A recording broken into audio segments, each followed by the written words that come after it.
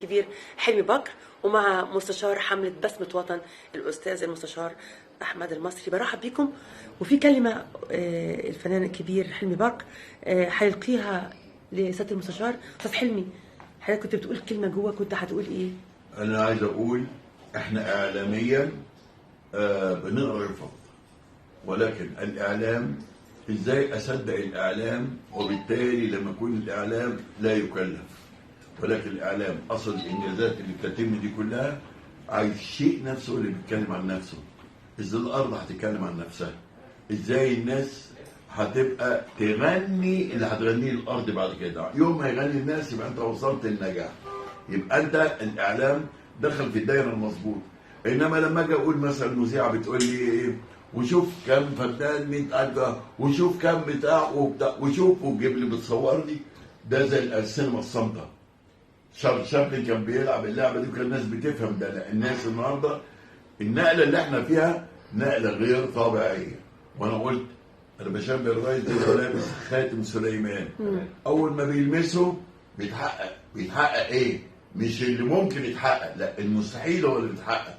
كونك تعمل تخش على 1.5 مليون فدان من غير ميه وتجيب لهم ميه، طب ما هو في الاعجاز هنا بقى. ولذلك انا عايز اتكلم عن الاعجاز والابداع فيما يتم، مش المذيع يطلع لهولي ويقراه نشره. لا، عندما يتغنى الشعب بهذا يعني الشعب واقف مع الرئيس وماسك ايده بيعمل معاه.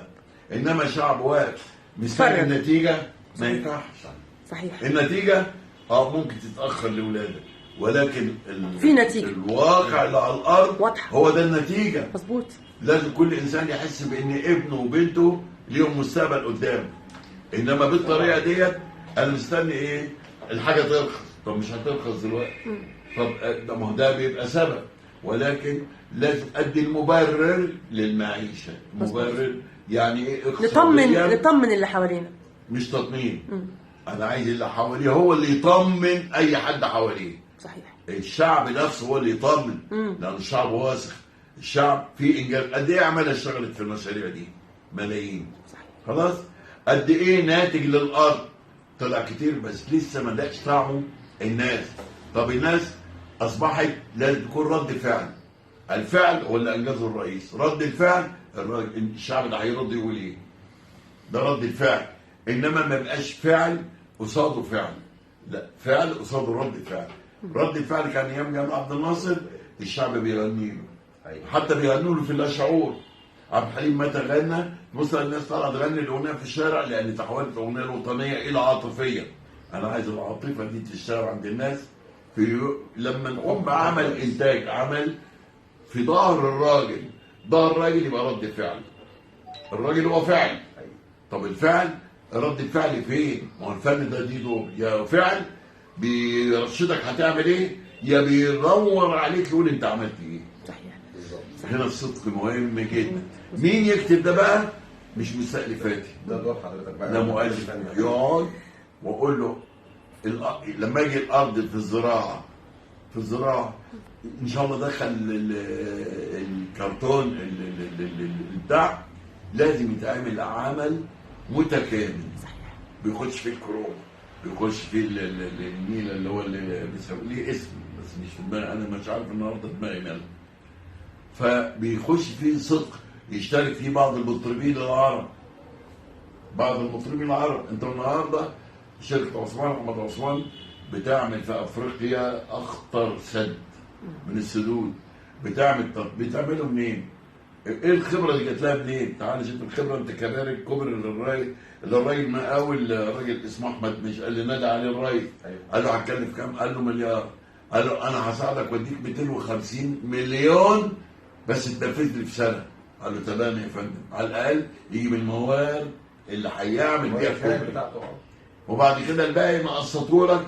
فالراجل قال له انا برحب يا فندم. انا عايز الراجل اللي بيقول برحب يبقى الجمهور كله بيقول له برحب يا ريس. دي اللي ناقصه الراجل.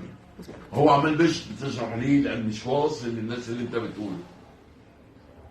انت بتعمل طب الكوبري، ما هو الراجل ممكن اي بني ادم يقول لك طب الكوبري هيعمل ايه؟ لا، هيعمل كتير. طب المصنع الفلاني هيعمل ايه؟ اللي الورش بتاع الجلود والبتاع الحته الجديده اللي يسموها راح اسمها زعل. ايه؟ اسمها ايه؟ روبيك يا فندم. الروبيك زعل. عاملين كام هانجر وبتاع، قال لهم طب وايه الفايده؟ وعديد من المشروعات العظيمه ده كده. من المشروعات خطيره. طبعا. محدش راح نقل هناك. زعل الرئيس ليه؟ دور الاعلام على فكره لازم يبقى مهم جدا طبعا. ليه بقى؟ لان غلطه كمان وزير الصناعه لازم تمد الكهرباء، تمد الانشاءات، تمد كل شيء، وهو يروح يقعد والورق يبقى جاهز له، بعد كده حاسبه. صحيح. انما كمان ما يبقاش الحاجه ناقصه. لما بسمع كلمه ناقصه بكبر هو اللي بين الناس وبين الرئيس. طب هو كل مره هيقول لكم لا ده ناقص وده ناقص وده. يا جماعه لازم تعملوا لغايه ما قلت لك اللي بينتجوا تحت السلم قال له تعالى يا سياده الوزير، ما اللي تحت السلم ده ممكن تخليه مشروع وتدي له شرعيه وتدي له رخصه صحيح. وتدي له مكان. ليه نحوله مجرم ما نحوله شريك؟ انا هنا كان لازم جمله زي دي تبان عند الناس طبعا. وخصوصا في الصعيد. الصعيد انت عارف يعني ما بيرضيش الا بالنتيجه. ما بيرضاش الا بتديله نتيجه. ايه هي النتيجه؟ انه ياكل وشك. ايوه انا بشغل عماله شغلت عماله، انما تطلع الحكايه دي فين؟ العب لعبه بحيث ان السلعه اللي انا باكلها الراجل فقير خففت عنه شويه. جنب الانشاءات دي هتلاقي مين يتكلم عن مصر يذبحوه. صحيح صحيح. انا بكلمك ايوه شعب عاطفي. طبعا. شعب عاطفي. هو مره واحده